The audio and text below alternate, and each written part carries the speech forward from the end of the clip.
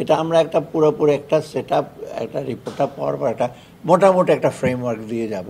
এখন যে আমরা যদি সেই সময়ের মধ্যে যদি এটা রিকনসাইল করতে পারি করব। এখানে সবচেয়ে বড় অর্থের সংস্থা 8 বছরা অপেক্ষা করতে পেরেছে। এখন আমাদের এই 12 মাসে আমরা একটা চেষ্টা করছি, আমরা করবো, এতে একটা ক্ষোভের সৃষ্টি। আমি মনে হয়তো এটা একটু ধৈর্য ধরতে হবে, বড় তাদের ধন্যবাদ দেওয়া উচিত যে আমরা চেষ্টা করছি, একটা ফ্রেমওয়ার্ক দিয়ে যাব এবং রিপোর্টটা যদি আসে তখন আগামী সরকার যে সেটা যে খুব সিরিয়াসলি নেবে না আমার মনে হয়, ওরা সিরিয়াসলি নিতে হবে। কারণ এই কাজটা করছে একটা ইন্ডিপেন্ডেন্ট, অনেক চিন্তা ভাবনা করে 3টা বিশেষ ধরনের পে স্কেল আছে, ওটাকে রিকনসাইল করবে। অতএব আমার মনে হয় এটা ওরা একটু ধরো পে কমিশনের কাজটা কিন্তু অত জটিল, ওরা একেবারে ইন্ডিপেন্ডেন্ট কাজ করে, ওখানে কিন্তু আমাদের কোনো রকম রোল নাই পে কমিশনে। ওইখানে সিভিল পে কমিশন, ওখানে আর্মিদের জন্য আলাদা একটা ইস্যু আছে, পুলিশের জন্য।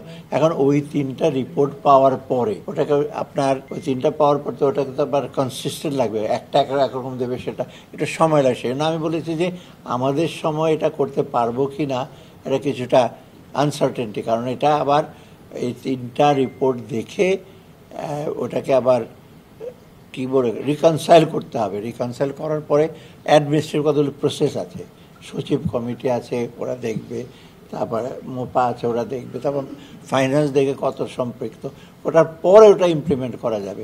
অতএব একেবারে আমাদের সময় যে ইমপ্লিমেন্ট করে যেতে পারে সেজন্য আমি বলেছি যে এটা আমরা একটা পুরোপুরি একটা সেট আপ, একটা রিপোর্টটা পাওয়ার পর একটা মোটামুটি একটা ফ্রেমওয়ার্ক দিয়ে যাব। এখন যে আমরা যদি সেই সময়ের মধ্যে যদি এটা রিকনসাইল করতে পারি করব। এখানে সবচেয়ে বড় অর্থের সংস্থা, ক্ষোভের সৃষ্টি হয়েছে। এটা তো ক্ষোভের সৃষ্টি হয়তো ওর একটা এটা তো আমি ইনিশিয়েটিভ নিয়ে, আমরাই ইনিশিয়েটিভ নিয়ে করেছি। এটা তো এত ইউনিভার্সাল কার্ডিয়াক হসপিটাল, আপনার হৃদয়ের আরো কাছে।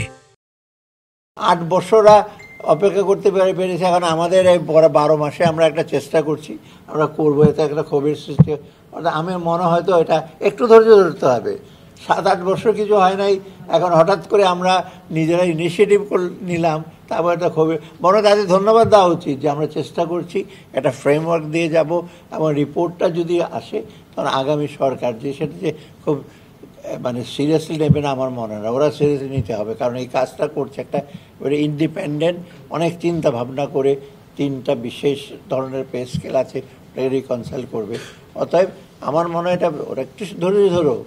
এখানে আর অর্থের সংস্থা আছে। এখন যদি মনে করে যে যেই পে স্কেল আছে সেই পে স্কেল যদি আমরা যদি বলে দিই ওটাই থাকবে, তো চিন্তার কোনো কারণ নেই। এখানে বাজেটের ব্যাপার আছে, তো অন্য সেক্টর আছে তো আমাদের বাজেটে। পে স্কেল ছাড়া তো আপনার স্বাস্থ্য খাতে, শিক্ষা খাতে, ওগুলো অন্য উন্নয়ন ব্যয় আছে, সেগুলো তো আমার দেখতে হবে।